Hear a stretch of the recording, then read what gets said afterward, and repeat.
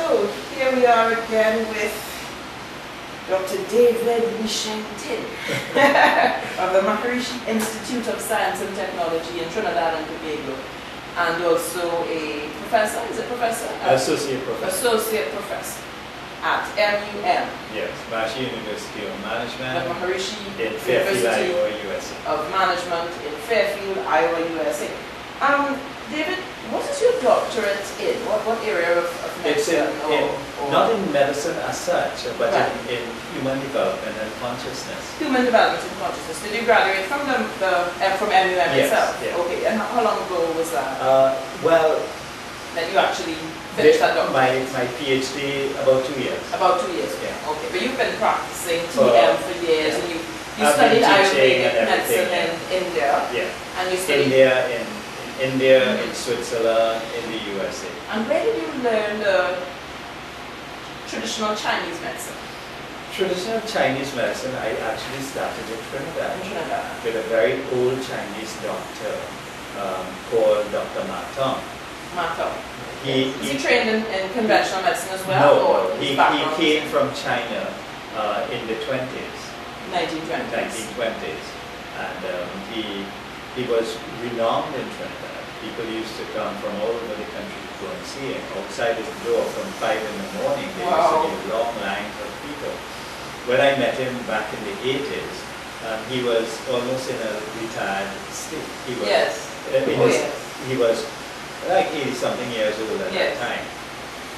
And it just so happened that my father came from China, the same district that he came from. So we hooked.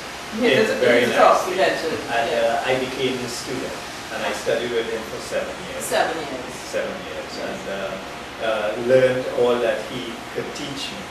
So it was more a practical teaching than a theoretical teaching. Is that where you initially learned the pulse That's where I therapy, the learned. pulse interpretation? Yeah, pulse diagnosis. Pulse diagnosis.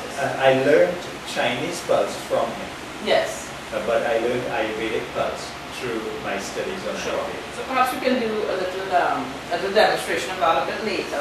What I want to focus on now is getting some questions answered that the average person out there Sure. would really want to know. How long does it take to master TM? Transcendental. Yes, transcendental meditation. It takes 4 consecutive days of 1 hour to actually learn and practice. Really? That's all. And how many classes does it take? 4 classes. 4 classes. Or Okay, 1 so hour you each. go to the Maharishi You go, Institute for yes, your and you classes. have to be trained by a qualified teacher of Transcendental. Someone who's practiced Someone and been trained and be trained as a teacher. trained as a teacher as well. Yeah, and from the very first sitting, one starts to experience benefit. It's brilliant. So, because it requires no change in your lifestyle, no religious beliefs, no do's and don'ts. What about children? Children from about the age 5, once one parent is Present. Okay, so it's not recommended for children whose parents aren't doing the Because the practice. child would not have the Confidence. confidence, the parents wouldn't know also what they're doing. And it's not right. It's not right. Because parents Yeah. have responsibility Yeah. for their So at children. least one should. Yes, I agree. Now, what sort of positive health changes have you seen in your clients? Across the board from... Specifically with regards, sorry to interrupt, with the TM. Yes, I know you do yes, other yes. treatments But and as I said, seminars, etc. across the board, the first thing people start to feel is a deep sense of relaxation, a Right. reduction in their stress level, a reduction of anxiety, if they're suffering from insomnia, better sleep, if they were having problems in the relationship because they're calmer and more coherent in their brain, their relationships start to improve. You have reports of people saying, well, we're talking about relationships and maybe things that are non-medical, but from a medical point of view, have you had reports of people saying, okay, my blood sugar is better controlled, maybe I don't need as many medications for my high blood pressure as before? Definitely. You have. But it all depends. As you know, with high blood pressure, there are many causes for high blood pressure. Yes, that's right. So the research shows that TM does reduce high blood pressure significantly. But But there will be in some some exceptions. cases, people still will have to use their drugs.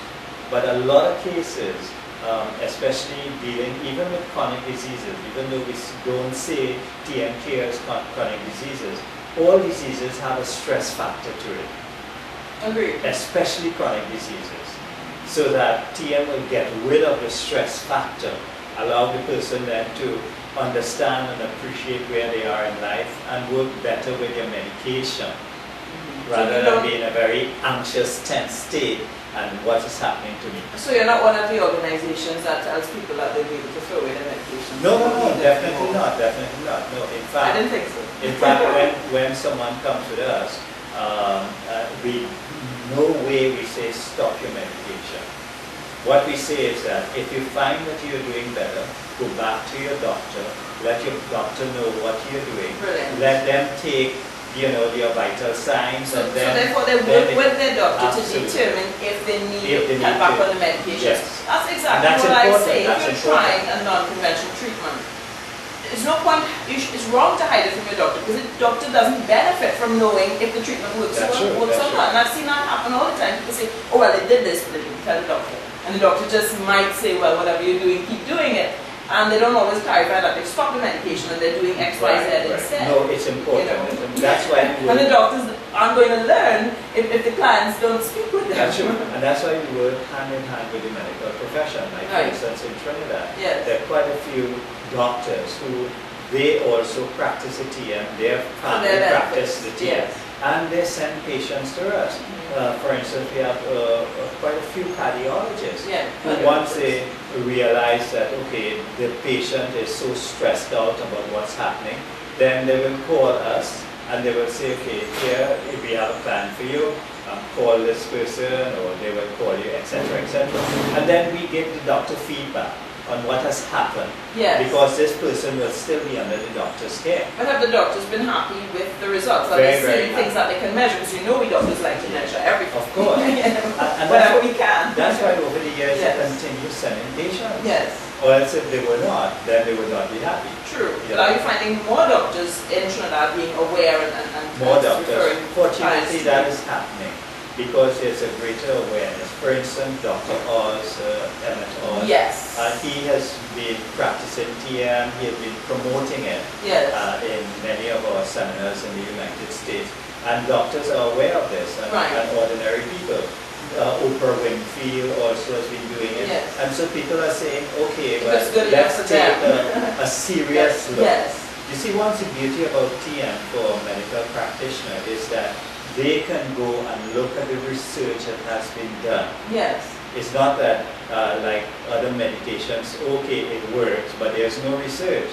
You can actually go and look in a peer-reviewed journal and find the Right, research that has been done, and not just one, but numerous research on the same thing. Different researchers and different Yeah. So this gives the different confidence, subject the areas. doctors different confidence Yes. that they can. This is something that is tested, well proven, and they can send people to that. And yet, even the way you describe it, and the way I ask the question, and we're making it sound as if it's this big thing that you need to enter. But ironically, from what you've told me so far, it's really the essence of simplicity. Absolutely. And yeah. yet, as simplicity can sometimes be very, very powerful in its effects. Yeah. So it's almost so simple that It's unbelievable. I wouldn't say it's unbelievable, but it's perhaps that our society is so unfamiliar with relaxation and meditation that we have so many questions. But when you do describe it to me, it really seems to be something that is so simple. Nonetheless, as human beings, our consciousness is something that we prize very much. And people do express fears and concerns. They worry about, if I go into meditation, will I have an out-of-body experience? Will my soul be traveling? Things like that. And I myself, perhaps, as a practicing Muslim, I would prefer to avoid those type of experiences. Yes, I myself Yes. would Prefer to avoid those kind of experiences. In fact, quite recently I was in Antigua on a radio program, and this question came up. Yes, it would. Because people in the islands are very Christian oriented. That's right. And they're very concerned about this thing about out-of-body experience, Yeah. etc. And I said, look, psychiatrists would not, or doctors would not recommend their patient to something like this if it was even hinting in that direction. So that's not one of the goals? No, that's not one of the goals. In fact, it's completely opposite to that. Because what we are doing is creating more orderliness and more balance in the physiology. When the physiology is out of balance, when the mind is in great chaos, what tends to happen is that outside negative influences can attach itself to an individual faster than someone who is coherent and orderly. Because that is one of the fears people have. Someone once told me, they're worried that if you were to put your brain into a state of rest and not focus on any specific thought, then elements of the spirit will could then come and you're laughing, but these are genuine things because more religious people, including myself, do believe that there is I shouldn't describe myself as religious. I'm a practicing Muslim. I wouldn't give myself such a title. But the point is, there's this concern that we share the physical world with other beings, and there's a possibility that some of these mischievous beings may wish to influence our thinking or engage themselves with us physically. And what I say to that, yes, if that is so, the chances of that happening to a weaker person, a person with a weak mind, is greater than someone whose mind is becoming stronger and more ordered. So you're saying that the TM, from your understanding, is more likely to protect against those vulnerabilities? Absolutely. Yeah. And you see it even in, forget the spirit world, just in day-to-day activity. Whereas before the individual was getting very hyper with people and negative situations, now they're able to view it in a different light, have more control over the negative situation, whether it is in behavior or at work or whatever it is. Less vulnerable to the influences of your friend next door, the person in the office. In fact, there's a research which says that it's almost like an armor of invincibility is created around you, where negative tendencies, instead of coming and penetrating you, tend to flow around. In physics, it's called the Meissner effect. That's an effect that is seen in superconductivity, where you have an orderly system, like a becoming impenetrable to disorder. Completely impenetrable to the disorderly current coming to penetrate the system.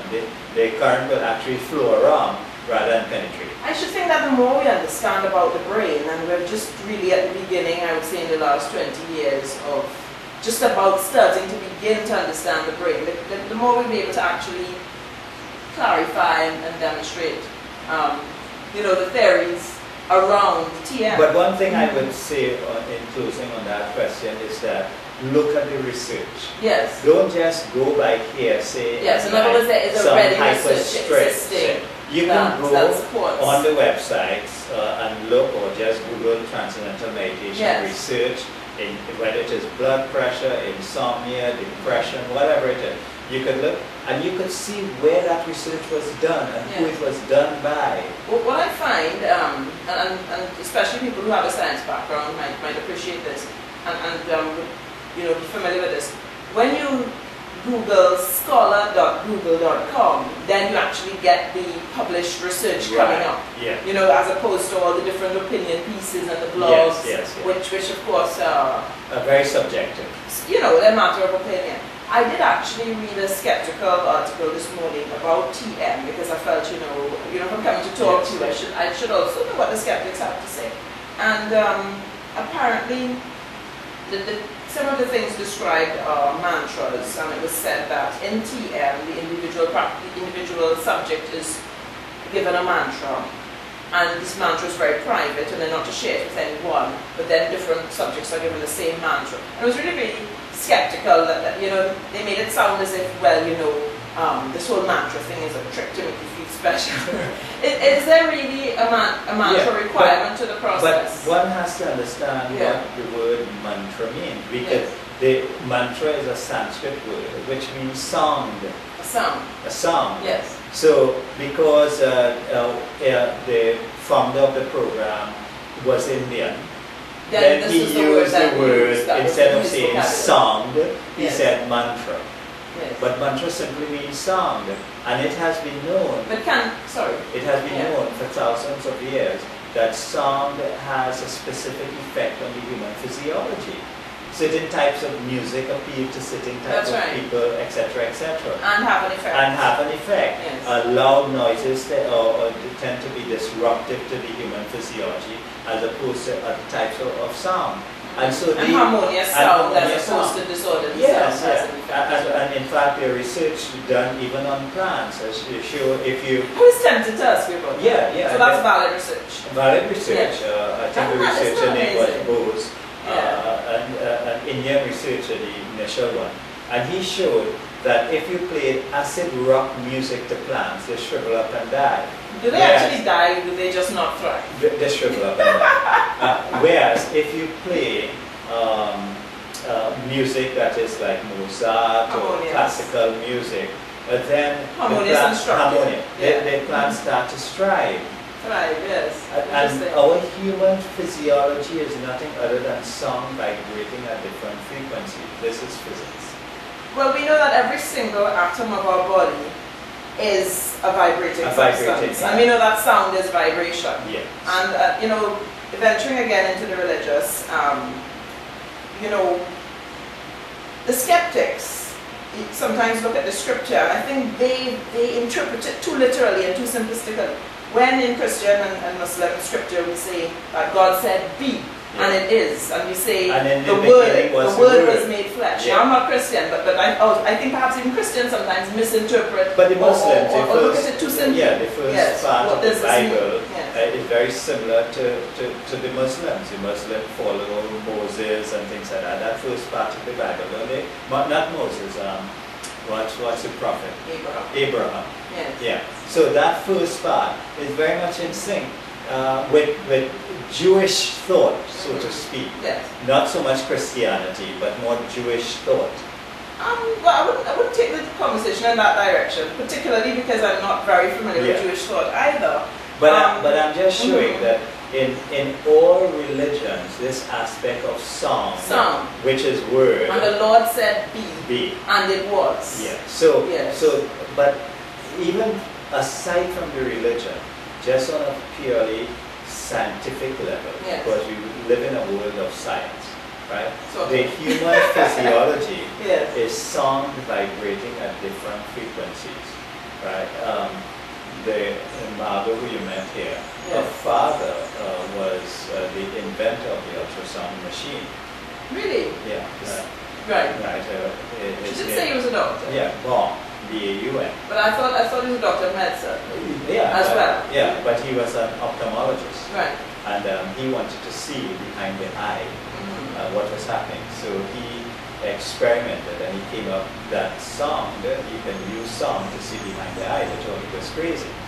But that was the basis of the ultrasound machine. And now, as a doctor, you use ultrasound to actually see the baby in the womb and stuff like this. So sound, when it slows down in frequency, creates form. Well, that makes sense. So in a sort of a way, meaning, just understanding that atoms are vibrational. And that we hear sound because of the vibration of atoms between us. But we exist, every structure, every molecule, every activity is governed by existing molecules, all of which are vibrating in constant vibration. Absolutely. Yes. And so the ancient seers from all cultures knew that sound had specific effect on specific individuals. And they knew what sound can create what effect. That is why even in your religion, certain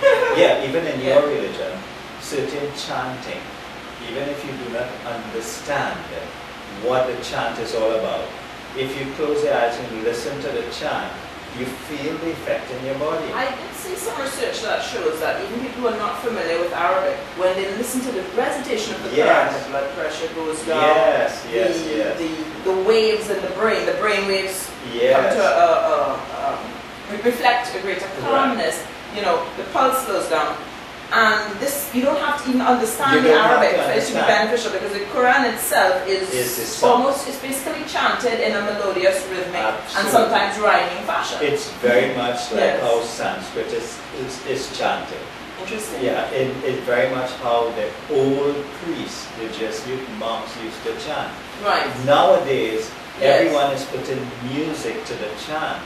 And when you put music to the chant, then it negates the effect. Really? Yes. Because it deletes the coherence, I suppose, because then you have the pattern of the words. And then you have the tabla, which is, and then you have the okay, so in other words you have various patterns working together, as opposed to a pure pattern. A pure pattern. Now you see, we keep going off on all these tangents, and I think, you know, our listeners, I don't know if they maybe just want to get to the meat of the matter, so let's try to get back.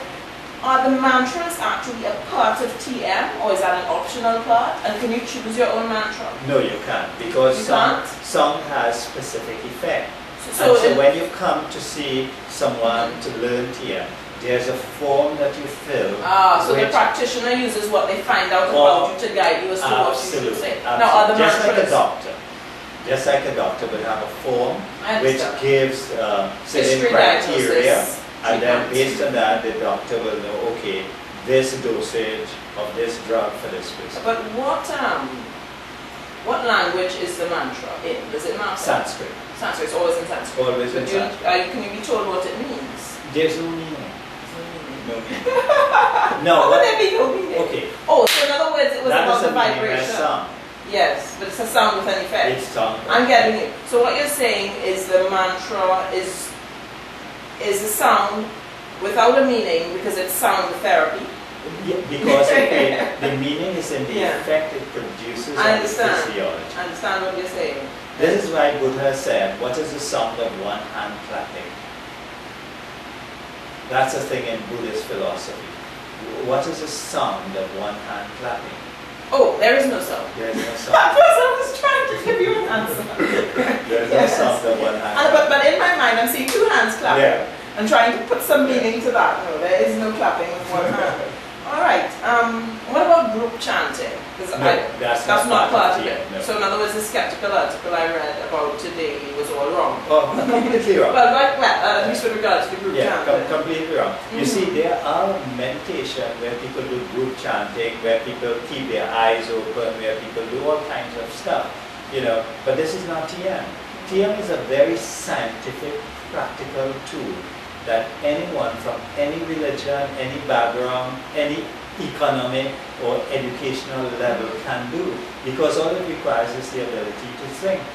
How do you, ironically, because so many other meditations ask you to quiet your mind and not think about anything, or to focus on one thought. I find it hard to imagine me not having a thought. Absolutely, because you see, there will always be the thought to have no thought.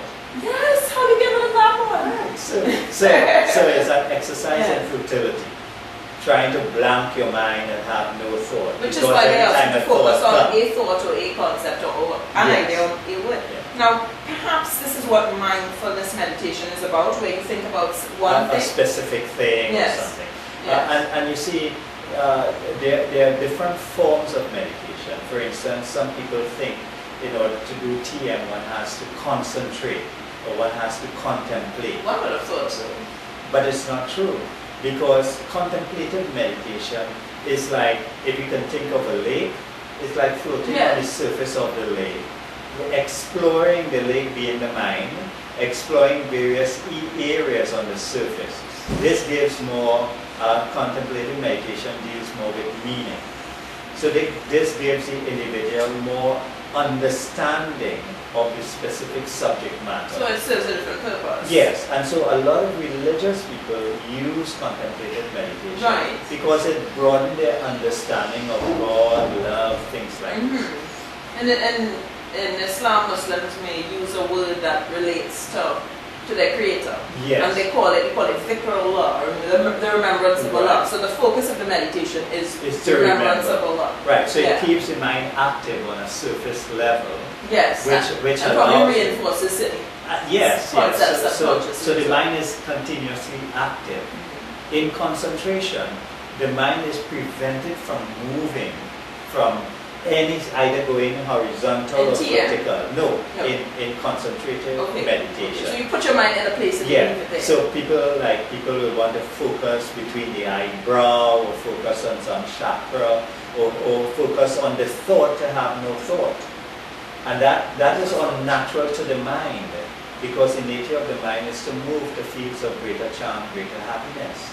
So if we are talking here and your most favorite piece of music start without any effort, You get that, that's correct. That is correct. That's a point. And whatever is more charming to the mind naturally will focus on it without effort. And what's interesting too is the piece of music that I had no interest in would have passed by, I barely noticed it. Yeah. Yeah. So because in the nature of the mind, at the source of the thinking process, of the source of thought, is this infinite field of energy, creativity, intelligence, and happiness, then the mind is motivated by its own nature to go there if given the correct direction. Interesting. And this is the technique of TM, knowing how to give the mind that direction to allow it to effortlessly, not by effort, but by minimizing the effort of the mind, to allow the mind to do what it naturally wants to do, which is to seek balance and peace and happiness. So is this, have you just described the difference between mindfulness meditation and Absolutely. TM? And all other forms of meditation. So the focus consciousness, or but what we described before, where you focus on something, is that what mindfulness meditation is about, as opposed to TM? I don't know much in detail about But mindfulness, it's but I assume it could be like that. Right, so that's but something TM is similar. completely unique and different, because as the mind starts to settle down, you actually see physiological changes taking place, and the brain becoming more and more orderly, and this can be measured. Yes, it can nowadays, that's a fact. Well, I guess we're moving closer to closing this discussion. I'm going to ask you a question. Are you familiar with the zero quantum field, that concept? Zero quantum field, if you're talking about the Planck scale, then I know quite a bit From a about quantum physics mechanics. point of view. So, but what do you really mean? There are some physicists out there who perceive that the direction we're heading, ironically, as we understand the world in greater depth, is to an understanding, a greater understanding, or a more precise understanding of all the things that used to be in the realm of metaphysics and spirituality. So I think that was the direction I was heading in. I was wondering if you perhaps share that view. Actually, many of the great thinkers in quantum field theory, theoretical physicists, are coming to that conclusion. Yes. Because Because what they are finding is that on the quantum mechanical level, the observer affects the field. Yes. Whereas on classical physics, Newtonian physics, the observer is not involved in the experiment at all. Yes. You just have to, if you do physics in school, you just have to note what the experiment is and write it down. Yes. But in quantum mechanical physics, if you observe, say for instance, a mirror, then they can actually measure how much your observation pushes that mirror back. You see, we're talking about, the physicists are getting to the point of talking about what they refer to as infinite intelligence. Yes, because the quantum mechanical field, in the expression of the Lagrangian is kind of the theoretical expression of the qualities of the field of the unified field of all the laws of nature in quantum physics. And they speak about the field is omniscient, omnipresent, infinitely correlated, a field of freedom, total balance, and coexistence of opposite. These are really more subjective kinds of qualities that one would normally associate with consciousness. Yes. And so they are saying that the field is nothing other than the field of pure consciousness as described by all the ancient seers, that there exists at the basis of all human thought and activity a field of consciousness in its pure form. And this is referred to as the source of And the energy. source of energy, intelligence, and creativity in the universe. And sometimes I think that, again, we seek to interpret our scriptures, etc., so literally and on such a simplistic level. Could it be that when these scriptures were written, it wouldn't have made sense to explain all these things in these details because people wouldn't have been able to relate to it? But yet there may be hidden meanings which we will only understand with the progress of science, ironically. Well, I would go further. I would say at the time of the great teachers of all the religions, they were men and women who were living that reality, who their consciousness was on that level, and therefore they were experiencing and living that reality. And what they saw, they wrote down. What they knew in their consciousness, they wrote down. And they had techniques of allowing people to transcend and to experience and enliven that and become that. Like for instance, Christ said, "How I am, so can you be if you choose to follow me." But people think follow means that you take the cross and you walk up Calvary. And he was really talking about knowing how to grow on that subjective level and own the kingdom of heaven that is within. But since people stop having the awareness or the ability to experience the kingdom of heaven within, in the new interpretation of Bibles, they have taken out the word within. Really? Yeah, just as seek first the kingdom of God and all its righteousness. I see. Because the word within had no meaning to them. No, that can't be right. But anyway, I don't want to go into a whole discussion of how we corrupt our scriptures. No, but I'm just showing. But what is happening is that as science is becoming more aware that consciousness is involved in the research field of science, and as you said, metaphysics is now becoming the physics of the day. Books you can read on that for I see what you mean. Yeah, it's metaphysics. Yes. What used to be called metaphysics. Is what is being studied by some physicists in quantum field theory. Yes. For instance, what you call superconductivity, where a current can pass through an insulating barrier and appear on the opposite side with no loss in strength or anything like this. Wow. It's almost saying that someone has walked through the wall. So, in other words, we can break the rules we thought existed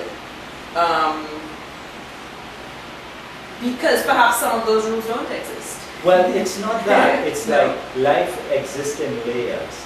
Right. And just like a child, if you have children and you're raising children, there are certain rules that you will apply to the child on a certain level. As the child becomes an adult, those rules no longer apply because the child has greater understanding and is transformed. So too in life, as we grow in consciousness, then life changes and appreciation of different rules. And in science is the same thing.